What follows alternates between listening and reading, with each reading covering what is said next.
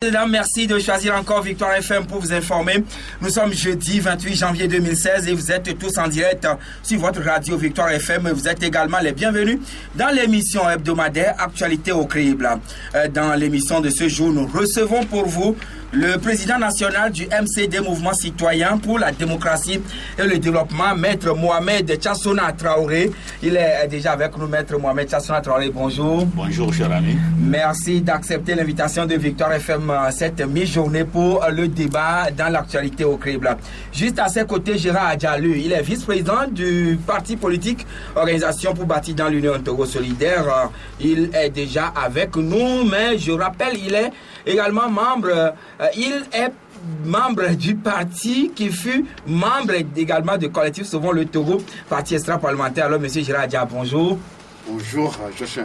Merci de retrouver les auditeurs de Victoire FM. Merci beaucoup et puis bonjour à tous les auditrices et les auditeurs de Victoire FM. Voilà, je rappelle que MCD et OBU sont des partis extra-parlementaires. Cependant, Dr François Kampati, premier conseiller spécial du président national donc de ADI, il est également le porte-parole de ADI, mais député à l'Assemblée nationale. Dr François Kampati, bonjour. Bonjour Joachim, bonjour aux auditeurs et aux auditrices de Radio Victoire FM. Merci également à vous d'avoir accepté notre invitation de cette mi-journée. Kissi Jean, lui, il est le secrétaire national du comité d'action pour le renouveau CAD, député également à l'Assemblée nationale. Monsieur Kissi Jean, bonjour. Bonjour et le travail que vous faites à Radio Victoire FM et bonjour à vos chers auditrices et auditeurs. Merci à vous tous d'avoir accepté notre invitation de cette mi-journée, messieurs et dames. Tout à l'heure, nous allons marquer la pause et découvrir une des différentes parutions qui sont avec nous. Et ce serait parti pour le débat de cette mi-journée. On donc écrit cette mi-journée, ou disons ce jour. Nous avons d'abord Flambeau des démocrates qui écrit santé, alerte, rotavirus sévit au Togo. L'article est illustré avec la photo de Moustapha Midiawa, ministre de la Santé. Les enfants de 0 à 13 ans sont menacés par un virus très contagieux. Également, le journal écrit le camp ANC et le statut de chef de file de l'opposition. Oui aux avantages, non aux obligations. Écrit le journal. Dossier Pascal Bodjola, l'ancien ministre, encaisse un nouveau report punitif. Avec nous également forum de la semaine de Dimandi Kodo qui écrit affaire de foncier à Avidi Télésou des occupants de plusieurs maisons expulsées. Affaire d'escroquerie intentionnelle, le délibéré à nouveau renvoyé. Également le journal écrit statut de l'opposition à Pévo dénonce. Fabre veut l'utiliser au mieux pour l'alternance. Incendie au camp général et à Déma, pas de perte en vies humaines ni de blessés, mais de dégâts matériels importants. Le libéral aussi avec nous qui écrit en éditorial recadrer l'opposition. Mais le journal continue écrit Jean-Pierre Fabre, l'éternel contestataire, aujourd'hui contesté. Des leaders politiques dénient le titre de chef de file de l'opposition au-delà de l'ANC. Avec nous également cette mi-journée, nous disons ce jeudi, le perroquet qui écrit affaire de faux visas au consulat de Turquie, le consul général honoraire Sessou Djokoto Dovi arrêté puis écroué à la prison civile de Lomé. Sessou Djokoto Dovi, le journal écrit, je le cite, nous avions l'habitude de faire du faux. Point de suspension. Je reconnais ma faute et demande indulgence aux autorités compétentes. Fin de citation. Et lire l'intégralité du procès verbal d'audition numéro 006/2007 du service des recherches et d'investigation de la gendarmerie nationale et des éléments de preuve. Écrit le journal. Également avec nous. Élection du 13 février à la FTF, grand duel se jouera véritablement entre deux requins du pouvoir qui, du colonel Akpovi Korsi Bezondé ou de Gerson Dobo, prendra les rênes de la Fédération togolaise de football. C'est donc une interrogation à découvrir dans la parution du jour. Golf Info s'inspire ou bien focalise plutôt ses articles beaucoup plus sur l'économie, gouvernance économique. Les Togolais payent-ils trop d'impôts? S'interroge le journal. En tout cas, dans le débat, nous en parlons tout à l'heure avec la taxe d'habitation, avec nos invités qui sont déjà dans le studio. Togo, rapport du FMI sur l'économie nationale en 2015, de bonnes perspectives, mais des efforts encore à faire. Et également, le journal écrit Corruption, classement des pays africains en 2015 par Transparency International. L'Afrique reste l'une des régions les plus corrompues du monde, selon l'indice de perception de la corruption 2015 établi par l'ONG Transparency International et qui évalue 167 pays sur une échelle de 0 points perçus comme très corrompus à 100 points perçus comme très intègres. Et sur les 52 pays africains étudiés, 6 seulement ont obtenu une note supérieure ou égale à la moyenne 50 points. Et où se situe le Togo? C'est en tout cas à la 107e place. Quelle grâce pour un pouvoir oisif et sans gouvernail, c'est le correcteur qui l'écrit. Fort abandonne les revendications tous azimuts et s'offre une villégiature décapante au Vatican. Gouvernance soporifique dans un dilettantisme inquiétant. Les transitaires sur les pieds de guerre, les étudiants en colère, le football plombé, le Togo toujours à l'abandon. Également diversion et saupoudrage abject au sommet de l'État. Fort répond aux exigences des réformes par le décret d'application du statut du chef de file de l'opposition. Avec nous également dans les kiosques nouvelles Écho du pays, autant pour moi, qui écrit rapport de Transparency International sur la corruption dans le monde. Le Togo gagne 19 places par rapport à l'an dernier. Également adoption du décret d'application du statut de chef de file de l'opposition. Jean-Pierre Fabre vers une acceptation des avantages et un refus des obligations. À lire dans le journal. Et enfin, voilà donc tout ce que nous pouvons vous dire concernant les différentes parutions qui nous sont parvenues. Et à présent, réuni en Conseil des ministres le 25 janvier dernier, le gouvernement sous la houlette du chef de l'État a pris le décret d'application du statut de l'opposition en son chapitre 3 portant chef de file de l'opposition. Un extrait du Conseil des ministres avec le ministre Guy Madié Lorenzo de la communication. Le troisième décret pris par le Conseil est relatif aux modalités d'application de la loi numéro 2013-015 du 13 juin 2013 portant statut de l'opposition. Le présent décret détermine les avantages et privilèges du chef de file de l'opposition pour la durée de la législature. Il la rend président d'institution conformément aux règles de protocole d'État et dispose des avantages pécuniaires et matériels. Au titre de ses obligations, le chef de file de l'opposition doit veiller, entre autres, à préserver l'intérêt supérieur de la nation dans le cadre de ses activités et de celles de l'opposition en général, à se conformer aux devoirs citoyens et républicains et participer aux manifestations publiques officielles auxquelles il est invité. Et alors, quel est le contenu exactement du statut du chef de file de l'opposition? Nous retrouvons Stéphane Sédoufian. Chapitre 3 du chef de file de l'opposition, article 23. À l'occasion des réunions et des manifestations publiques qu'il organise, les partis ou regroupements de partis politiques prennent les mesures nécessaires pour prévenir les troubles à l'ordre public conformément aux dispositions de la charte des partis politiques et aux lois et règlements en vigueur. Il bénéficie des services d'ordre et de sécurité publique. Article 24. Le chef de file de l'opposition est le premier responsable du parti politique appartenant à l'opposition au sens de l'article 2 ci-dessus, ayant le plus grand nombre de députés à l'Assemblée nationale. En cas d'égalité de sièges, le chef de file de l'opposition est le premier responsable du parti ayant obtenu le plus grand nombre de suffrages lors des dernières élections législatives. Le chef de file de l'opposition n'est pas nécessairement membre du Parlement. Article 25. Le chef de file de l'opposition reconnu comme tel jouit en cette qualité des droits spécifiques reconnus par les lois et règlements pour toute la durée de la législature, sauf déclaration de retrait et les autres cas expressément prévus par la présente loi. Les modifications au sein des partis ou regroupements des partis politiques de nature à affecter le statut de chef de file de l'opposition sont notifiées au bureau de l'Assemblée nationale qui en informe le ministère en charge de l'administration territoriale. Article 26. Dans le cadre des règles du protocole d'État, le chef de file de l'opposition a rang de président d'institution de la République. Il bénéficie des privilèges et des avantages fixés par un décret en Conseil des ministres. Article 27. La qualité de chef de file de l'opposition prend fin par décès, démission, empêchement définitif du mandat constaté par la Cour constitutionnelle, cessation de fonction de premier responsable du parti au nom duquel la qualité était exercée, condamnation définitive à une peine d'emprisonnement ou acceptation d'une fonction incompatible. Chapitre 4. Des dispositions diverses et finales. Article 28. L'inobservation des dispositions de la présente loi entraîne entraîne des sanctions conformément à la loi numéro 91-97 du 12 avril 1991 portant charte des partis politiques. Les dispositions pertinentes de la loi portant financement public des partis politiques et des campagnes électorales sont dans ces cas applicables à de plein droit. Article 29, sont abrogées toutes dispositions antérieures contraires à la présente loi. Article 30, pour terminer, la présente loi sera exécutée comme loi de l'État. Ce décret, bien que attendu depuis près de 3 ans, est une étape pour atteindre l'objectif de l'alternance au Togo, faire remarquer le président national de l'ANC, Jean-Pierre Fabre, chef de file de l'opposition, confirmé le 25 janvier dernier par le Conseil des ministres. Jean-Pierre Fabre, que nous écoutons. Nous avons un objectif.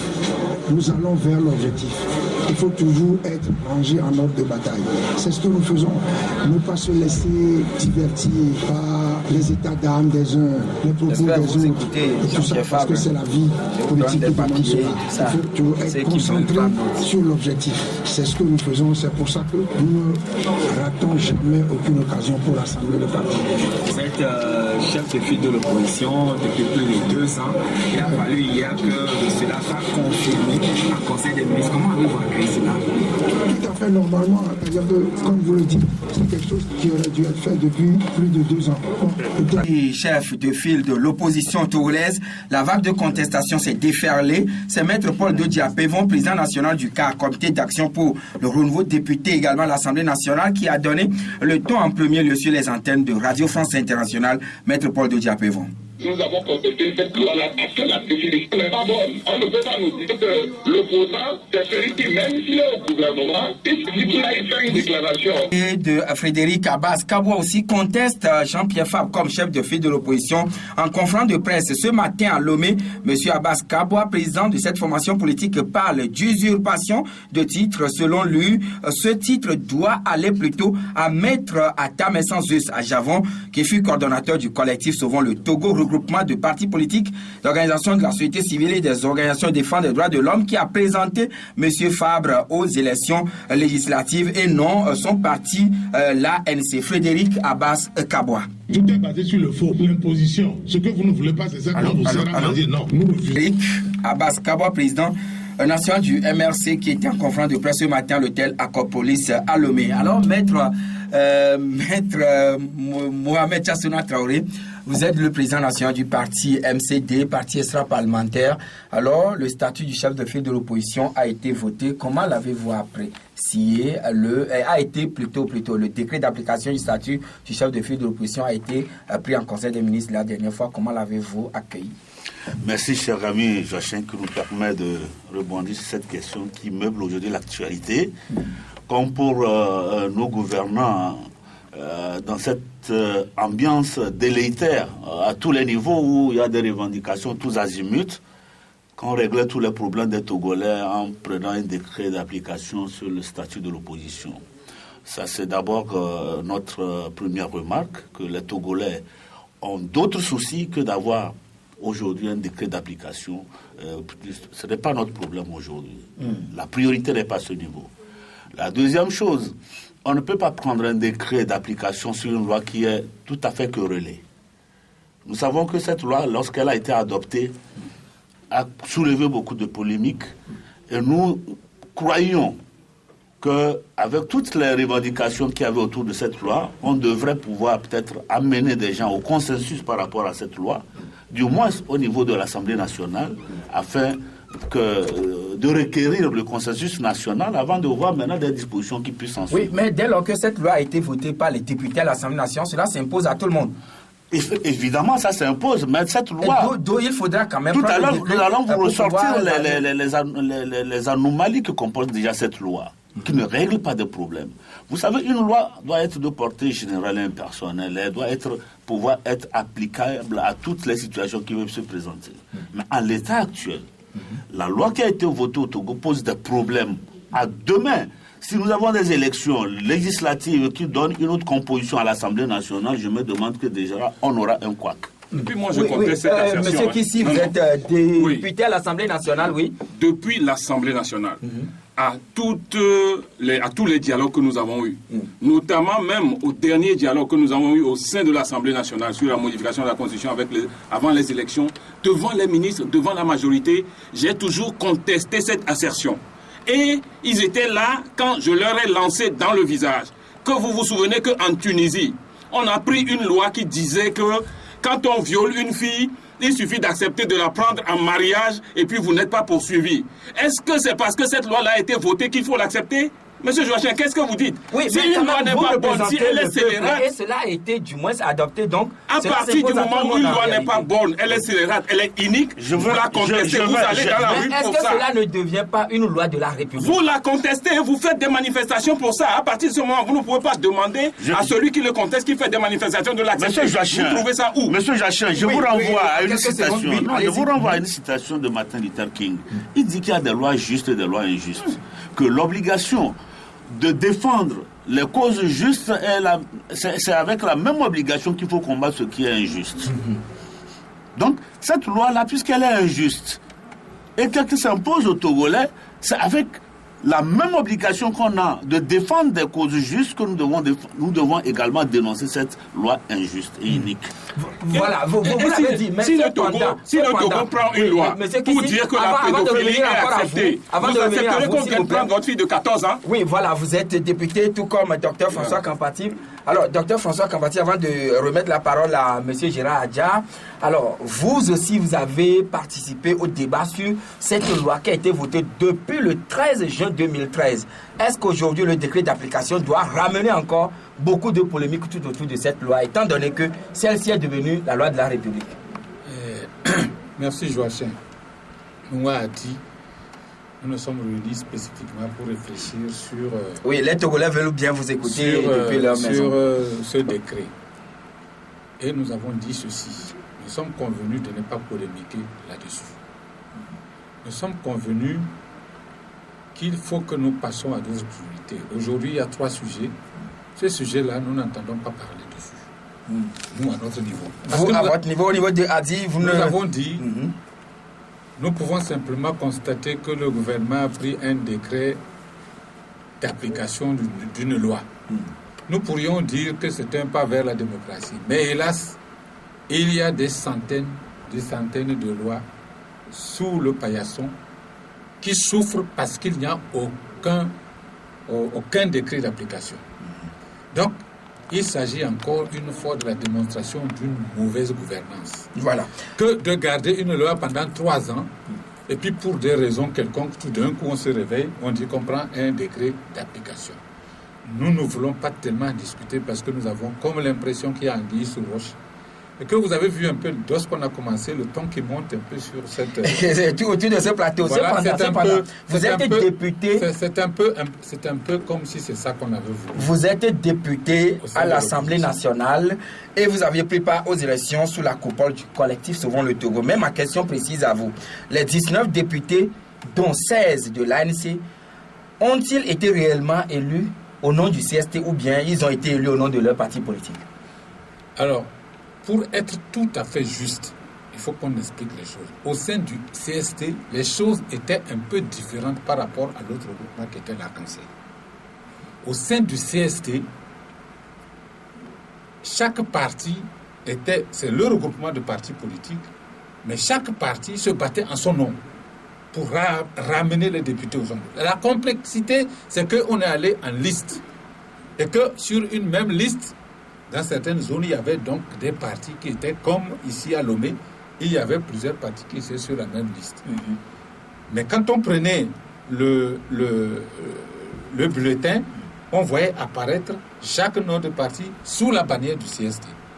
Donc, c'est bien le CST qui a investi les partis politiques, mais ce n'était pas le CST en tant que nom de regroupement politique, parce que le CST comportait aussi des associations. C'était là un peu la complexité du CST. Alors que l'Arc-en-Ciel était beaucoup plus uniforme, c'était uniquement des partis politiques qui sont allés. Et ça laisse quelquefois des situations où le parti peut exploiter certaines failles et créer la zizanie au sein du groupe. Et c'est ce qui est en train de se produire. Et voilà, au regard de ces implications données par le député, M. Gérard Dia, vous êtes vice-président du parti OBU, qui fut membre aussi du collectif Sauvons le Togo. Est-ce qu'on doit dénier aujourd'hui le manteau de chef de file de l'opposition à Jean-Pierre Farr, comme certains le font déjà? Là n'est pas le problème, à mon avis, parce que tout d'abord, je voudrais saluer, moi, que ce décret soit pris en ce moment-là, même si, malheureusement, ce décret, tel qu'on est en train de voir ses effets, va diviser davantage l'opposition. Si l'opposition lui-même, ou bien elle-même, ne se remet pas en cause pour réfléchir plus intelligemment.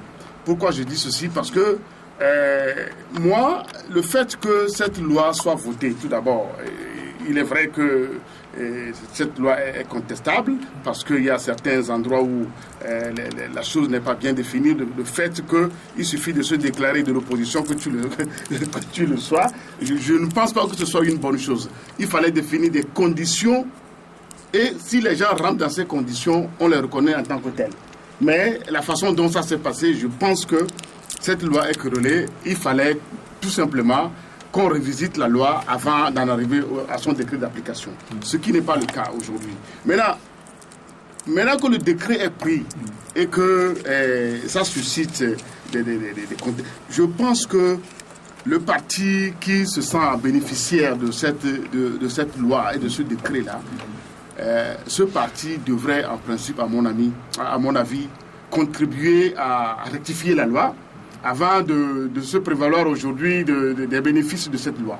Mais si ce parti ne participe pas ou bien ne contribue pas à la rectification de la loi et aujourd'hui s'autoproclame chef de file de l'opposition et veut bénéficier... Non, s'autoproclame ou bien il a beaucoup plus de députés. Je suis désolé. Et je reviendrai sur les propos de Dr Kampatib que je respecte beaucoup. Au sein du CST, nous n'avons jamais dit que les partis vont aux élections en leur nom. Ça n'a jamais été dit. Même si en ce moment-là, je n'étais pas... vous n'étiez pas libre de vos mouvements.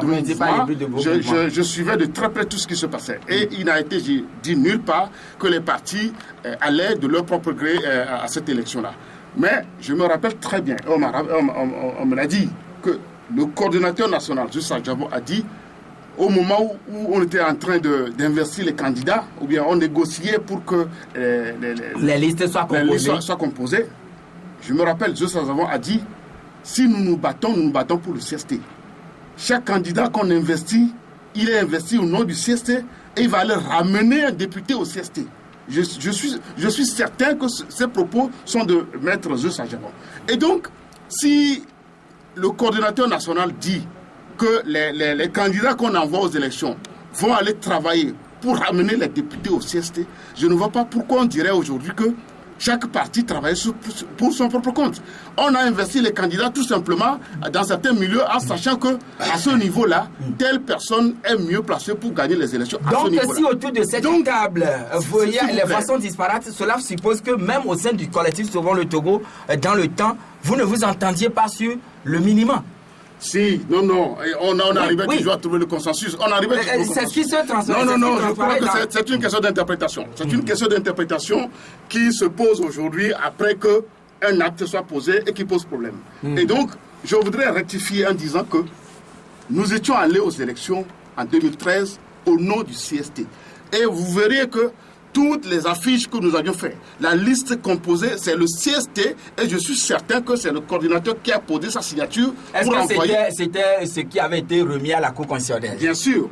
Nous étions allés dans tous les bureaux de vote, on n'a jamais mis le nom de OBU, le nom de ANC ou le nom de ADI dans les bureaux de vote en tant que parti participant aux élections en 2013. C'était le CST. Et donc, sur la liste qui a été envoyée, comment l'appelle-t-on, à la Cour constitutionnelle, c'est bien le CST qui investissait ces candidats, même si ces candidats appartenaient à d'autres partis politiques. Mais quand même, c'est surprenant que juste après l'élection, le CST était disloqué et que chacun a pris son chemin. Le CST a été disloqué après les incendies, après les... Comment appelle-t-on Non, suite aux incendies, bon, les problèmes... Il y a d'autres problèmes qui avaient émaillé cette association. Vous permettez... Monsieur Kissi, je rappelle, vous êtes du cas, et le cas à l'époque était de la coalition Arc-en-Ciel. Joachim, je suis malheureux. Je suis vraiment malheureux. Pourquoi? Parce que les sujets que vous nous avez envoyés ne concernent pas ce qui s'est passé au sein du CST. La question est plus grave et hautement plus grave que ça. Nous, comme le professeur et le docteur Kampatib l'a dit, nous n'avons rien à voir avec le décret. Ce décret-là, c'est de la manipulation de l'UNIR. C'est encore un os qu'on a jeté aux chiens pour que les chiens se querellent. Ce décret, c'est ça. Ce qui nous intéresse, c'est la manière de vous envoyer ou de détourner. C'est-à-dire que de faire en sorte que l'opposition se querelle encore, et eux, ils vont encore mijoter leur plan. C'est ce qu'ils font toujours. Et c'est pour ça que ce n'est pas le décret qui nous intéresse. Après, RFI ne s'est pas prononcé sur le décret, il s'est prononcé sur la loi. Pourquoi, Joachim? Et ce qui concerne les Togolais. Pourquoi? Parce que, vous savez, la loi telle que c'est définie, dans toutes les autres institutions de la République, s'il doit y avoir des répartitions entre l'opposition et le pouvoir peut avoir des sièges de l'opposition tout simplement parce qu'il y aurait des gens de l'opposition qui seraient au gouvernement, mais se seraient déclarés de l'opposition et prendraient ça. Vous prenez ça dans tous les grands pays. Vous allez aux États-Unis. Non, même en Afrique. Même en Afrique. Mais je commence par là pour descendre. La plus haute institution de la nation américaine qui gère les questions de corruption est composée de 5 membres de l'opposition et de 5 membres, les républicains et 5 démocrates. Si un démocrate peut être au pouvoir et en même temps se déclarer de l'opposition, vous comprenez que ça peut arriver que ce soit 6 membres des républicains et 4 membres des démocrates, ce que la loi conteste. Ce que nous avons eu au niveau de la composition de la CENI. Et c'est pour ça que cette question est importante pour le cas et non pour une question de chef de file. On est chef de file de quoi? Il y a le fil où? C'est un fil de fer, c'est un fil de raisin. De toute façon, ça existe au Niger, ça existe au Burkina Faso. Le reste s'apparente à une sorte de jalousie. Est-ce que ça existe en France? En France, ça ne s'apparente pas à une sorte de jalousie. Non, ce n'est pas une question de jalousie. Écoutez, vous voulez offrir... On va revenir tout à l'heure. Offrez-lui un statut. En France, aujourd'hui, il n'y a pas de statut de l'opposition. Et il se porte bien. Il n'y a pas de statut de l'opposition en France. C'est une question qui est seulement connue en Grande-Bretagne, en Italie et dans certains pays africains, comme le Ghana. Et ils se portent bien. Non, nous parlons bien. Quand vous parlez de la Grande-Bretagne, mettez la Grande-Bretagne à part. Non, c'est un régime parlementaire. Oui, même maintenant. En France, je vous le dis. S'il vous plaît, oui. Le statut de l'opposition n'existe pas en France. Pas du tout. Ça n'existe pas. Mais les Burkinabés ont réglé cette question-là. En 2000, par une loi de 2006, ils ont clairement défini que tout parti politique, c'est-à-dire le statut de l'opposition concerne des partis politiques qui ne participent pas ou qui sont dans un regroupement de partis politiques qui ne prennent pas part à l'action gouvernementale. C'est tranché. Est-ce que maintenant... Et qui interdisent à leurs militants de prendre des fonctions, de hautes fonctions de l'État. Et ils ont défini ce qu'il faut entendre par fonction de l'État. Au Burkina, à côté. Mais Jean-Pierre Fabre, dans son intervention tout à l'heure, vous l'avez écouté, il disait que pour lui, la commission mise en place par le chef de l'État, cela ne le rassure pas. Cependant, il faudra travailler aujourd'hui pour pouvoir obtenir les réformes. Pensez-vous que cela pourrait être fait et sans pour autant se rabattre ou bien s'acoquiner tout autour du chef de file de l'opposition afin que la pression nécessaire puisse être mise et obtenir voilà les toute réformes. L'ambiguïté à laquelle nous renvoie cette loi-là qui ne nous règle pas de problème. Quand vous prenez la loi burkinabé, qui est, moi je dis pour le moins une loi de référence, elle a bien défini ce qui est opposition, ce qui ne l'est pas. Et que le président, le chef de file de l'opposition, doit travailler non seulement au sein de l'hémicycle pour ce qui est des partis parlementaires qui doivent faire la déclaration de leur appartenance à l'opposition, mais en plus qui doit travailler à rassembler tout ce qui n'est pas au niveau de l'Assemblée sur des questions d'intérêt national. Mais quand vous écoutez les réactions, depuis que ce décret a été pris, on nous dit au Togo, ceux qui en bénéficient disent nous prenons ce que nous voulons dedans, le reste ne nous intéresse pas.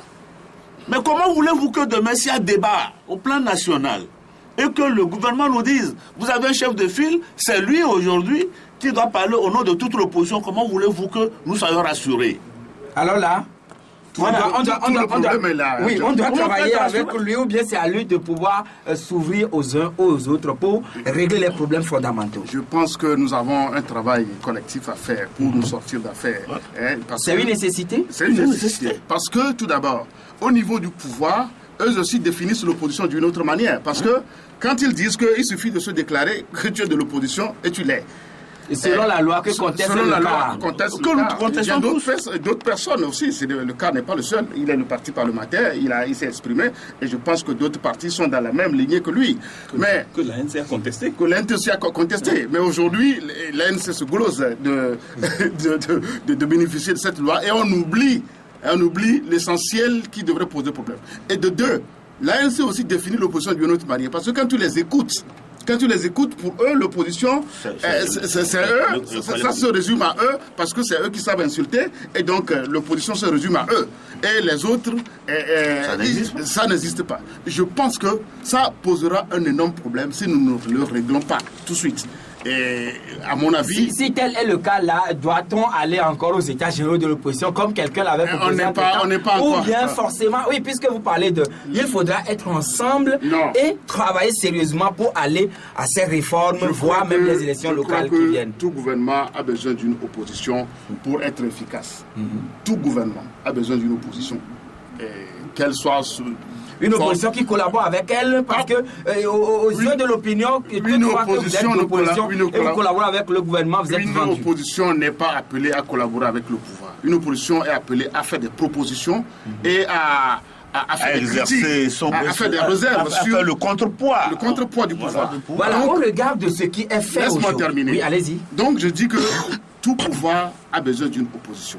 Et donc le pouvoir en place même a intérêt à ce que l'opposition soit bien organisée. Et je pense que l'arrivée de cette loi devrait être dans cette logique-là, de faire en sorte que qu'on essaie de réorganiser l'opposition pour qu'elle soit, je ne dirais pas unie, pour qu'elle soit une véritable opposition qui propose et qui une force de proposition. Une force de proposition et de critique. Vous comprenez?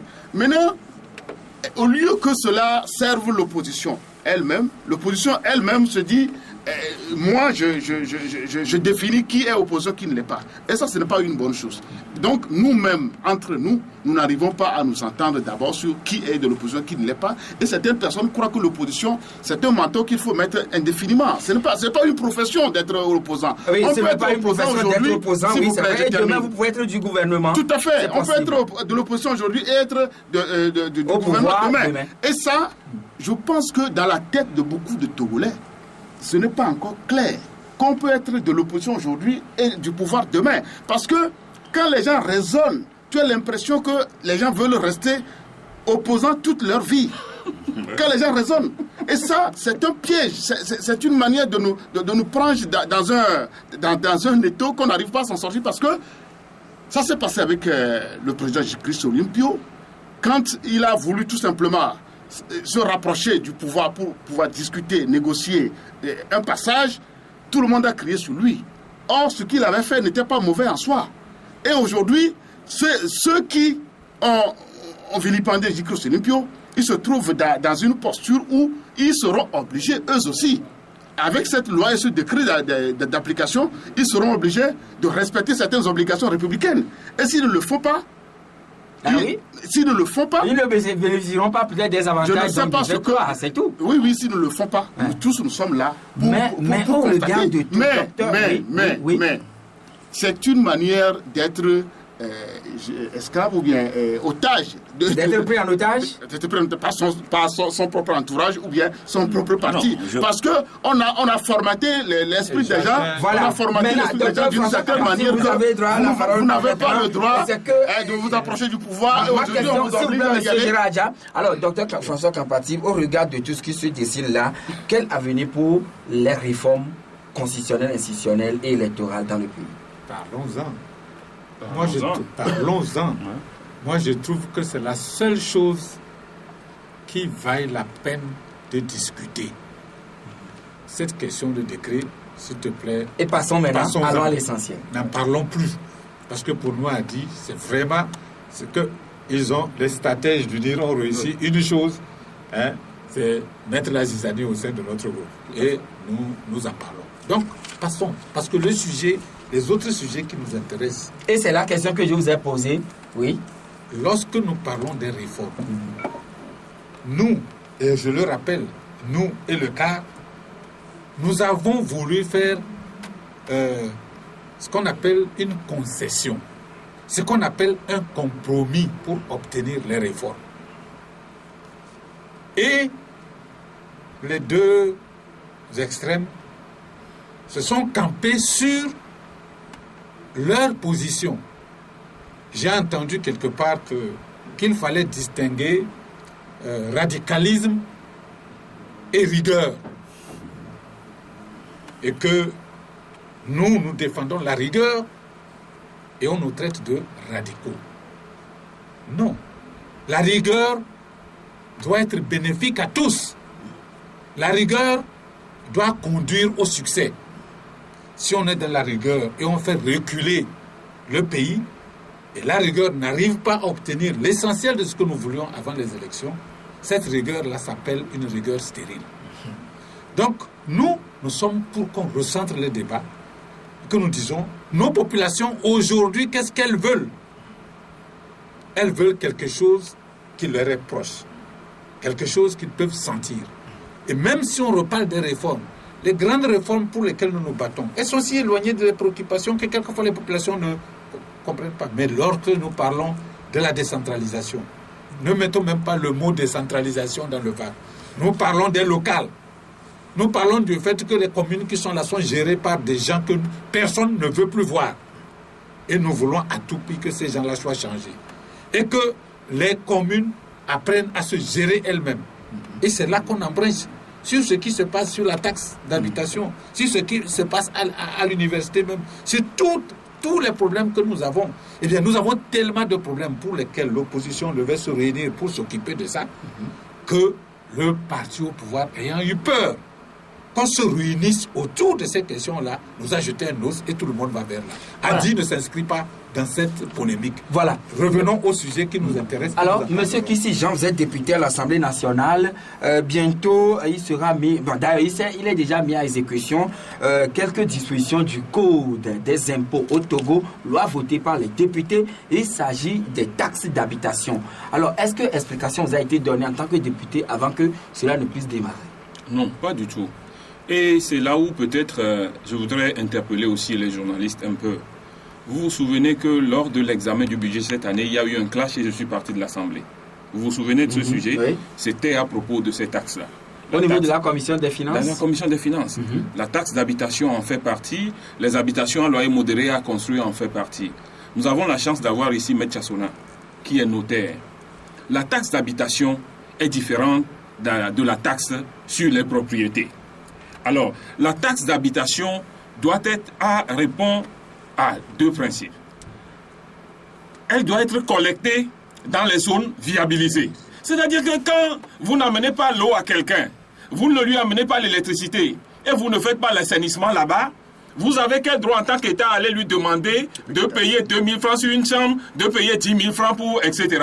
C'est différent de la taxe sur la propriété. La propriété, même si vous avez un terrain que vous n'avez pas bâti, et les gens qui ont des terrains à Siganto, et qui en font de la spéculation parce qu'ils ont volé de l'argent, il y a une taxe sur la propriété qu'on peut prélever. Même si ce n'est pas construit, ça peut être prélevé. Mais la taxe d'habitation, il faut que la zone soit viabilisée. Ça veut dire que si les choses sont bien faites dans la loi, les milieux où il y a de l'eau, il y a l'électricité, on commence par collecter en attendant que de viabiliser les milieux. Et les populations vont savoir, le jour où on va viabiliser aussi notre milieu, nous aussi, nous payerons cette taxe. Ce n'est pas fait de cette façon. La deuxième chose, c'est là le mal de l'OTR. Et c'est ce que moi j'ai contesté lourdement au niveau de... L'OTR est en train de tuer, d'opprimer les opérateurs économiques. Parce qu'ils ont décidé que sur la taxe d'habitation, que chacun qui a mis sa société dans une 2 pièces doit payer 30 000 francs par an au-delà de la loi qui existe. Ça veut dire que lorsque vous êtes un petit informaticien, dans la maison de vos papas, vous prenez un bureau et que vous essayez vous divisez peut-être en deux. Voilà, et que vous essayez de vous débrouiller en attendant. Ou les jeunes qui ont des studios de musique dans leur maison là, où ils essaient, à partir du moment où on sait qu'ils ont un studio de musique là-bas, contrairement à la loi, on vient leur prélever 30 000 francs. Oh, Joachim, ce que ces gens-là sont en train de faire, vraiment. Et l'autre aspect, peut-être, avant que le maître Chassona ne nous clarifie là-dessus, il est notaire, c'est que l'une des querelles, le second élément de cette querelle qu'il y a eu entre moi et le gouvernement, et certains ont soutenu le gouvernement, c'est pour clash, j'ai la lettre que j'ai adressée ici, devant moi, c'est que, maître Chassona, écoutez bien, je vais essayer de donner la bonne explication, comme ça on pourra me suivre. On dit que la taxe d'habitation, la taxe sur les baux commerciaux doivent être payée par les entreprises. Je donne un exemple. Si M. Rodoutor construit des boutiques qu'il loue à Mme Rodabalo, et Mme Rodabalo pratique une activité dedans, M. Rodoutor qui a loué le magasin et qui gagne de l'argent sur ce magasin, ce n'est pas lui qui doit payer cette taxe-là, mais c'est Mme Rodabalo qui a installé son entreprise dans le truc et qui déjà paie des taxes sur ce qu'il vend. C'est elle encore qui doit payer la taxe-là qu'ils appellent retenue sur loyer. Joachim, voilà ce que l'OTR fait. Et on dit que l'OTR, c'est une bonne chose. Réaction, maître Chassona? En réalité, est-ce que nous devons payer actuellement la taxe sur habitation? Bien, nous sommes en train de payer la taxe. Comme l'a si bien dit Jacques ici, la taxe d'habitation est redevable par tous les citoyens dans des secteurs viabilisés. La viabilisation vient d'un lotissement qui est entrepris par l'État. Ce qu'on appelle lotissement au Togo, c'est un abus de langage parce que l'État togolais n'a jamais fait de lotissement. Un lotissement, c'est quoi? C'est que l'État, par des voies qui lui sont propres, prend un terrain, envoie des géomètres, on le met par l'eau, et on amène de l'électricité, on amène de l'eau, on met des mécanismes d'évacuation pour les déchets des eaux usées. Et tout cela avant qu'on ne mette la parcelle en chantier. Ça peut être un projet immobilier, ça peut être des ventes avec construction sur plan. Comment on fait maintenant le cas de logements sociaux. Ça peut être ça. À partir de cet instant-là, la taxe d'habitation, c'est la taxe que ceux qui vont habiter le milieu vont payer à l'État pour, d'une part, servir à l'entretien de l'ouvrage qui a été fait, et d'autre part, constituer une cagnotte qui servira à viabiliser le secteur. Au Togo, ici, moi, la maison que j'ai faite, l'électricité, c'est moi qui ai payé 2,5 millions pour qu'on m'amène l'électricité chez moi. Pour amener l'eau chez moi, j'ai demandé à la régie des eaux, une facture me fait 2,3 millions. J'ai dû abandonner, aller faire un forage. Et aujourd'hui, on va me demander de payer une taxe d'habitation. Et Dieu seul sait. Mais l'électricité ne vous appartient pas, ça appartient à l'État. Mais c'est moi qui paye. Je paye des taxes déjà sur l'électricité. Qu'est-ce que l'État fait chez moi pour qu'on me demande au lieu de payer une taxe d'habitation? Pour ce qui est de la taxe sur les loyers.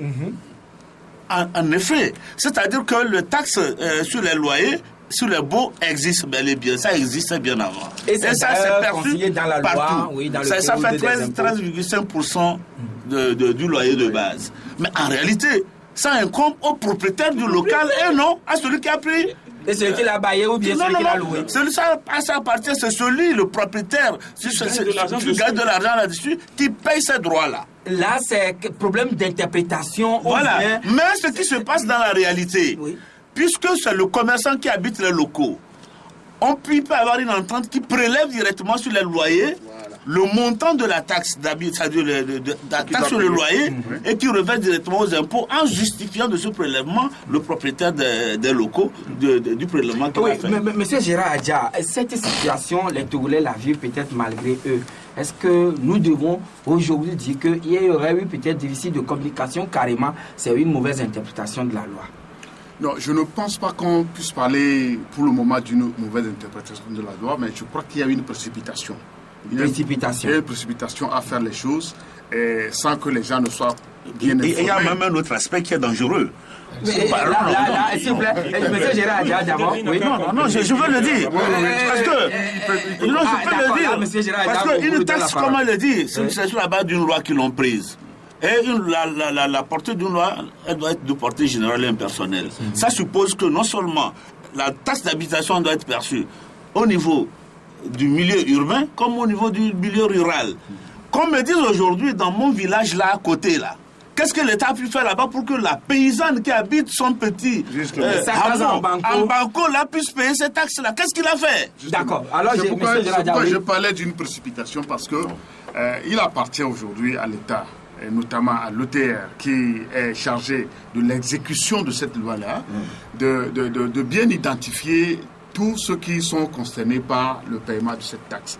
Parce que si nous ne savons pas faire, nous risquons de tomber encore dans une autre situation comme celle que nous avions, nos parents avaient vécu. La crise sociale ou bien les impôts des années 60? Les impôts des années 60, c'est Amlokoé tel que nos parents le payaient avant et qui constituait des frustrations, des humiliations. Oui, mais quand même, il s'impose à l'État d'élargir l'assiette financière. Nous savons, nous le disons tous, que la taxe d'habitation, personne ne refuse de la payer. Oui. Mais il faut savoir identifier qui doit payer et qui ne doit pas payer. Il faut que, avant que la taxe d'habitation soit payée, l'État ait la cité OUA, à la cité OUA, puisque à la caisse là, ils n'ont qu'à aller là-bas percevoir leur taxe d'habitation. La taxe d'habitation, comme tout le monde, Jacques ici l'a dit, Maître Tchassona l'a dit aussi, si l'État a fait des travaux d'aménagement pour amener l'eau et l'électricité quelque part dans une zone, on a viabilisé la zone avant que les gens ne viennent habiter là-bas, l'État a investi de l'argent. Et l'État va continuer à entretenir ces infrastructures, etc. Il faut des gens pour pouvoir...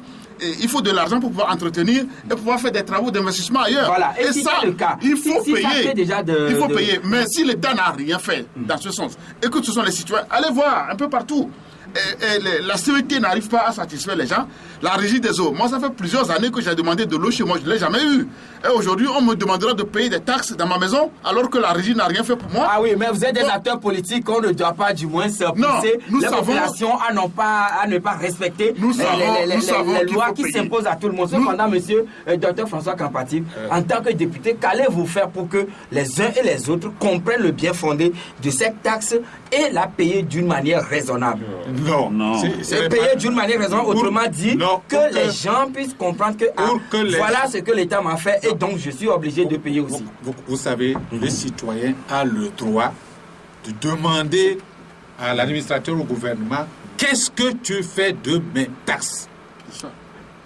Alors, les taxes, la partie théorique, la partie contestation a déjà été bien développée par ici, monsieur. Pas tout le monde, député, voilà. Pas tout le monde. Moi, ce que je veux faire, c'est que ceux qui nous écoutent sachent que ces genres de taxes, normalement, sont gérés par les communautés locales. Ce sont les mairies, les communes qui doivent gérer ces taxes et qui doivent permettre à ces communes de développer les villes et les villages. Or, il se trouve que dans notre pays, le gouvernement bloque systématiquement la question de l'élection des collectivités locales. Et donc, si tel est le cas, vous êtes député de l'opposition à l'Assemblée nationale. Qu'est-ce que vous faites concrètement au niveau de l'opposition pour lui alléger du moins cette taxe? Pour alléger oui, c'est-à-dire pour qu'au moins on doit payer, mais que ce ne soit pas exorbitant pour étrangler. Non. Il s'agit. Non, les députés sont les élus du peuple. Ils représentent le peuple. Oui. Si je vais voir ma population va m'interpeller, me dire qu'est-ce que c'est que cette histoire de taxe? C'est ce que ma population va me dire. Je leur dirai, mes amis, battons-nous ensemble pour avoir les locales. Parce que si nous avons les locales, nous organiserons nous-mêmes comment collecter ces taxes et comment utiliser ces taxes pour développer nos propres communautés. Et dans ces conditions-là, je suis sûr que tout le monde sera prêt à payer. Parce que quand quelqu'un paye, il faut qu'il sache à quoi ça sert et à quoi ça revient. Or, ceci n'est pas dit. Donc nous battons, nous disons aujourd'hui, si toute l'opposition va se soulever, si demain nous devons faire des revendications, si demain nous devons mobiliser la population, mobilisons la population. Oui, monsieur Gérard, est-ce que quelque part, vous ne feignez pas votre devoir de sensibiliser les populations? J'ai l'impression, oui, allez-y. Et ne donnez pas l'impression aux populations que vous avez reçu pour mission de venir leur imposer quelque chose qu'on fait et qui est de l'oppression pour les populations. On dit, Maître Tchassona l'a dit, tout le monde doit payer les taxes d'habitation dans les zones viabilisées. Bien sûr. Alors, qu'est-ce qui vous empêche, vous journalistes, d'aller expliquer au gouvernement, de les interpeller pour leur demander qu'avez-vous fait aux populations pour qu'ils soient dans l'état d'esprit de payer les taxes. Puisque ce qu'on doit faire, si c'est fait, les populations le payeront. Et je ne vous comprends pas. J'ajoute un seul élément. Nous, c'est notre devoir, nous allons le faire. J'ajoute un seul élément. Moment, vous êtes des représentants de ces mêmes populations. Mais c'est ce que nous leur disons. Et notre rôle, c'est le contrôle. Notre rôle, c'est le contrôle de l'action du gouvernement. Je dis, nous avons eu une crise au sein de l'Assemblée à propos de ce problème. Je t'ajoute un élément. M. Tiassouna connaît quelque chose qu'on appelle TOM, la taxe sur les ordures ménagers. Ça fait partie de toute cette série de taxes-là. Vous savez que on collecte cette taxe aux sociétés, aux entreprises, aux boutiques.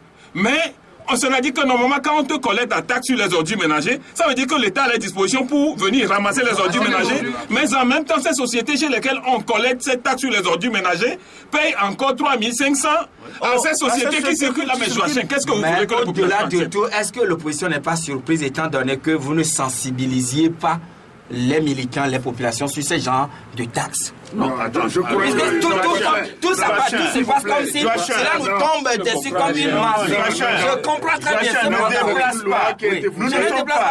Nous ne sommes pas la partie du problème. Mais la question est posée à M. Gérard Dia, s'il vous plaît. Oui, je vais vous répondre. Et tout calmement. Je pense que chacun a son rôle à jouer. Oui. Les députés ont leur rôle à jouer. Les journalistes ont les leurs. Les politiques ont leur rôle à jouer. Les journalistes ont leur rôle à jouer. Aujourd'hui, l'État a pris... on a voté une loi à l'Assemblée nationale. Que l'OTR veut maintenant mettre en application. La taxe d'habitation, nous ne disons pas qu'il ne faut pas le payer. Personne ne le dit ici. Bien sûr. Et c'est compris. Voilà. Nous allons tous payer la taxe d'habitation. Mais tout simplement, il faut que ça soit expliqué aux populations qui doivent payer. Il faut aussi que les gens qui doivent payer cette taxe-là soient identifiés, comprennent pourquoi ils doivent le payer et pourquoi c'est eux qui doivent le payer et non d'autres. Parce que lorsque les autres aussi rentreront dans les mêmes conditions que ceux qui le payent aujourd'hui, eux aussi payeront. Donc, il faudrait que les gens puissent être sensibilisés et qu'une communication se fasse là-dessus. Et pour communiquer, nous n'avons qu'une seule bouche. Nous, les politiques, on n'a qu'une seule bouche. Mais les journalistes, vous avez plusieurs bouches. Voilà. Quand vous parlez, il y a plusieurs personnes qui écoutent. Donc, c'est votre devoir de sensibiliser les gens. Vous comprenez? Donc, c'est votre devoir de sensibiliser les gens sur ce que nous disons. Nous expliquons aux gens. Comprenez bien nos explications et allez dire ce que nous disons. Et ce qui se passe au port autonome de Lomé, où vous avez travaillé actuellement avec les transitaires, comment l'appréhendez-vous? C'est un problème qui peut être réglé autrement. Les 8000 transitaires qui vont être mis sur le carreau. On peut leur trouver une solution parce qu'à notre état, le problème s'était posé, nous l'avions géré sans qu'il y ait de grabuge, sans qu'il y ait de blocage systématique des activités au port. Vous savez, il faut gérer cet espace-là avec un esprit commercial. On ne peut pas vouloir imposer la force aux gens n'importe comment. L'OTR veut mettre de l'ordre, l'OTR veut faire en sorte qu'il y ait un peu de formalisme dans ce que nous faisons. C'est une bonne chose. Mais toute réforme prend du temps. Certaines réformes surtout, c'est sur une longue durée. On ne peut pas demander aux gens aujourd'hui qui sont habitués à une certaine manière de travailler que bon, à partir d'aujourd'hui, c'est comme ça que vous devez faire, alors que les gens n'ont pas les moyens de pouvoir faire ça de cette manière. Il faut leur donner du temps et il faut permettre à ce que la réforme soit progressive. Et donc moi je pense qu'au niveau de les transitaires du port, le gouvernement n'a qu'à mettre bas la terre, les transitaires aussi n'ont qu'à mettre bas la terre, et qu'on commence par faire des réformes à un minimum, c'est-à-dire petit à petit. Le délégué, disons, le commissaire de la douane a dit quand même qu'il est hors de question de faire marche arrière par rapport à cette affaire de badge qu'il faut attribuer aux transitaires. Écoute bien, on a quand même laissé perdurer une situation pendant des années. Et cette situation-là a mis en selle des opérateurs économiques qui sont des pères de famille et qui nourrissent leurs enfants et qu'aujourd'hui on veut presque 8000 personnes comme sur le carreau. Vous savez combien d'habitants, combien d'électeurs, combien de nos concitoyens, combien de familles on laisse sur le carreau. On ne peut pas. J'allais dire, ce qui se passe quelquefois dans l'esprit des administrateurs un peu bouchés, c'est que l'on ne fait jamais le calcul de la part des choses. Actuellement, l'OTR veut simplement dire, si je fais ça, je vais apporter dans les caisses de l'État tant. Mais si je le fais et que je mets 8000 personnes à la touche et que ces personnes nourrissent 10 personnes chacun, ça veut dire que je mets 8 millions de personnes, en quelque sorte, en difficulté. Et que ça aussi, c'est de l'argent qu'on perd. on ne calcule pas ça. C'est-à-dire que cet argent-là aussi doit être calculé. On doit calculer ça pour dire, entre les deux, quelles mesures faut-il prendre pour que ce soit finalement au bénéfice de tout le monde. Ça ne doit pas être tout simplement vu comme une activité qui doit apporter tant au budget de l'État. Ça doit être une activité qui doit... comme il a dit que ce soit les réformes progressives. Mais, monsieur Kissi, les revendications sur le campus universitaire de Lomé sont une d'actualité avec les récents affrontements très violents d'ailleurs entre les forces de l'ordre et les étudiants ces dernières semaines. Alors que les revendications ne datent pas d'aujourd'hui. Comment peut-on comprendre que depuis 2011, le gouvernement n'arrive toujours pas à satisfaire les étudiants ou à céder à leurs revendications? Oui, merci Joachim. Merci Joachim. J'ai un certain nombre d'éléments qui peuvent vous permettre de comprendre. Malheureusement, le temps nous talonne, mais allez-y. Nous avons combien de minutes encore? Il nous reste encore 5 petites minutes et ce serait fini. Seulement? Oui, allez-y, monsieur Kissi. Ok. Non, le problème de l'université, je voudrais révéler à mes camarades ici que c'est Broum. Pour une fois, je n'ai pas l'habitude de parler comme ça, mais le problème de l'université, c'est Broum. Pour 2 éléments que je vais vous expliquer. Le docteur Kampati Bella, je ne sais pas s'il était là. L'année dernière, lorsque nous votions le budget 2015, en commission, le ministre Ayassor était commissaire du gouvernement. Lorsque nous lui avons posé des questions sur le ministère de l'Enseignement supérieur, il a dit qu'il ne veut pas répondre parce qu'il ne veut pas porter cette responsabilité-là de cette gestion de l'enseignement supérieur. Il veut que le ministre même vienne répondre. Et Ayassor dit qu'il y a plus de 2 milliards de crédits qui n'ont pas été consommés. Et que lui, si on ne lui explique pas pourquoi ces 2 milliards n'ont pas été consommés, il ne va pas les reconduire. On a été obligé de reporter la séance avec le ministre de l'Enseignement supérieur au lendemain pour qu'il vienne répondre. Cette année, le ministre Octave Nico Broum, il répète la même chose, c'est-à-dire que c'est catastrophique. C'est ce document-là que j'ai. Joachim, je vais vous donner une copie pour que vous puissiez le lire. Ça s'appelle « État développé des restes à payer de l'État au 25 novembre 2015. 25 novembre 2015, le dernier mois de 2015. Vous imaginez que sur cet acte développé, il y a encore plus de 2 milliards de crédits que le ministre Broum n'a pas consommés. Et pourtant, il dit que c'est lui qui règle bien les problèmes et que les étudiants sont politiquement manipulés. Mais regardez ce qui se passe. Et celui-là a fait ça l'année dernière. Et au niveau du gouvernement Classou, on l'a encore reconduit. Vous comprenez comment au Togo on reconduit ceux qui ont été médiocres? Voilà. Mais malheureusement, nous sommes à la fin. Alors, votre mot de fin, quels sont les grands objectifs de votre parti pour cette année? Non, les objectifs, nous voudrions quand même que le gouvernement donne corps à son propre engagement de faire de son mandat un mandat social. Voilà. Monsieur Gérard Dia, en 30 secondes, je crois que les efforts qui sont en cours pour rassurer les uns les autres de la part du gouvernement, qu'ils continuent de le faire. Parce qu'il faut que l'opposition et le gouvernement ne soient plus à couteau tiré. Il faut que chacun comprenne que j'ai besoin de toi, tu as besoin de moi. Le gouvernement fait des efforts pour pouvoir assainir le climat politique. Il faut faire disparaître complètement tout ce qui peut susciter la tension. Voilà. Nous n'avons pas besoin de tension dans ce pays. Il faudrait que le gouvernement continue à faire ces efforts qu'il fait. Mais c'est très important. Et du côté de l'opposition également, il faudrait que nous soyons responsables et que chacun connaisse son rôle à jouer et le joue correctement et pleinement. Monsieur Kissi, il semble le cas se porte bien. Alors, très bien d'ailleurs. Moi, je vais prendre tout simplement 10 secondes. Je ne veux même pas prendre plus. Je souhaite que la prochaine fois que vous nous invitez, que nous passions le temps de discuter des problèmes des Togolais. Nous avons passé 28 minutes à discuter des problèmes des Togolais et 34 minutes à discuter d'un sujet piège que le pouvoir a envoyé sur la scène. Ça m'a gêné. Docteur François Kampati. Je conclurai en disant synergie d'action pour obtenir les locales. Telle doit être la vision pour cette année, pour toute l'opposition. Merci, messieurs. Je commence d'abord par ma droite. Monsieur Gérard Dia, merci à vous également, tout comme Maître Tchassona Traoré, merci à vous aussi d'être passé dans cette émission. Messieurs et dames, c'est fini pour aujourd'hui. Alors, nous allons vous retrouver la semaine prochaine avec d'autres invités pour revenir encore sur les principaux sujets d'actualité. Merci à la technique et merci également à toute l'équipe de Foot pour son indulgence. Au revoir.